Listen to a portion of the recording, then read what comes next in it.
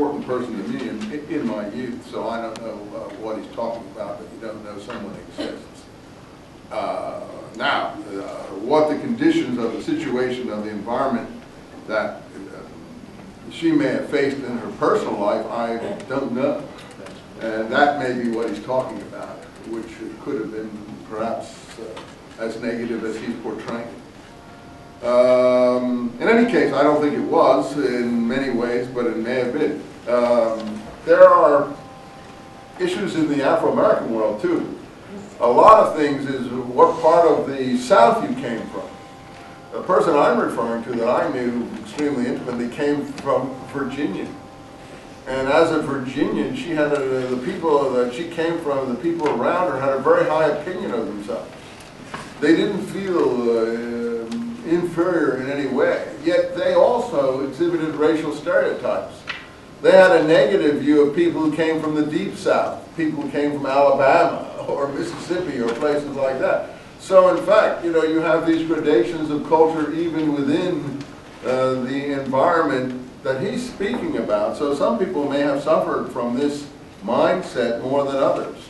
The person I'm referring to had a superior view of herself and the environment that she came from. So again, maybe Baldwin is talking about someone who felt more deprived and more negative about themselves. I don't know. So in any case, he said you should check with your grandmother. So he may be right there. That may be in fact true. Remember, 7. I know how black it looks today for you. It looked bad that day too. We have not stopped trembling yet, but if we had not loved each other, none of us would have survived.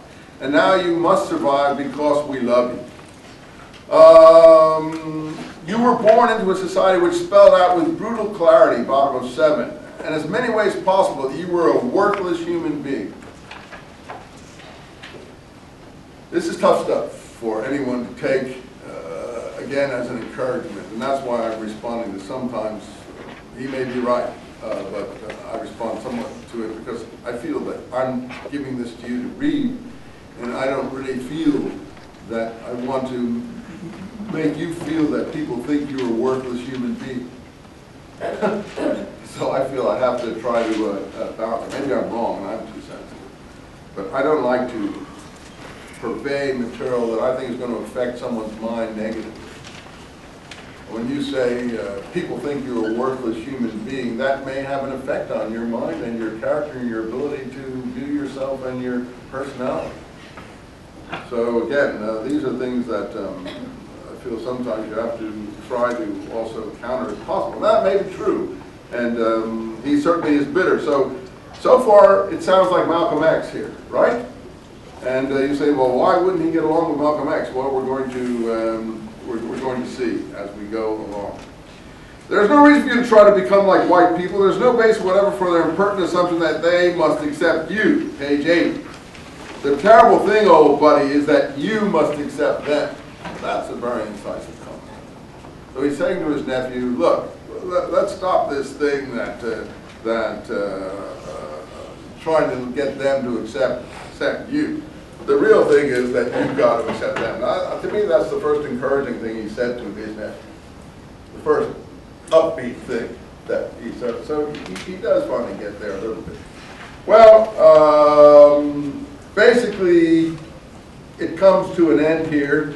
And if you and 9, and the word integration means anything, this is what it means. That we, with love, shall force our brothers to see themselves as they are, to cease fleeing from reality, and begin to change it. For this is your home, my dear friend. Do not be driven from it.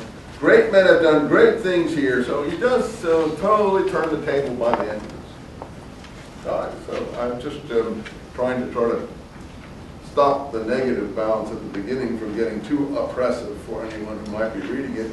So in the end, he's saying, look, here, there are great things to be dealt with here. It'll be hard, James. You come from sturdy peasant stock, men who picked cotton, dammed the river, built the railroads, and in the teeth of terrifying odds, achieved an unassailable, monumental dignity. You come from a long line of great poets. And so he does, in the end, hit home this positive, I think, reinforcement after the terribly negative start here. We don't want to be pie in the sky. I want to just go back to one thing before we start the next thing here, and that is, what I've always tried to say in my classes is